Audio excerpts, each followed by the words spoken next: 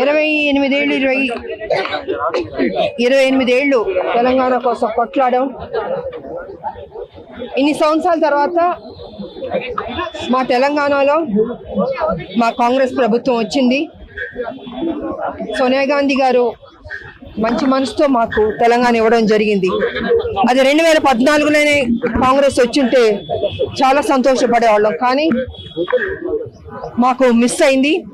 కానీ ఇప్పుడు మా తెలంగాణలో కాంగ్రెస్ ప్రభుత్వం రావడం చాలా సంతోషంగా ఉంది.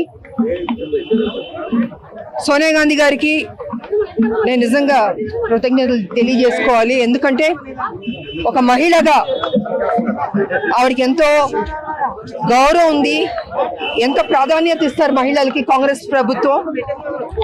హైకమాండ్ సోనియా గాంధీ గారు కావచ్చు, రాహుల్ గాంధీ గారు కావచ్చు, ప్రియాంక గారు కావచ్చు, అదేవిధంగా మల్లికార్జున్ గారు ఖర్గే గారు కావచ్చు, కేసీ వేణుగోపాల్ గారు కావచ్చు, మా ఇన్ఛార్జ్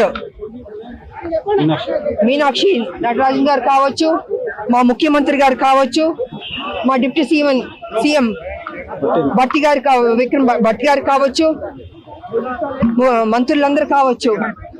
సో చాలా సంతోషంగా ఉంది. ఇవాళ మేము ప్రమాణ స్వీకారం చేసాం. మాకు హైకమాండ్ నాకు ఈ అవకాశం ఇచ్చింది ఎమ్మెల్సీగా. తప్పకుండా నా తెలంగాణలో ఇంకా పనిచేస్తాను చిత్తశుద్ధితో.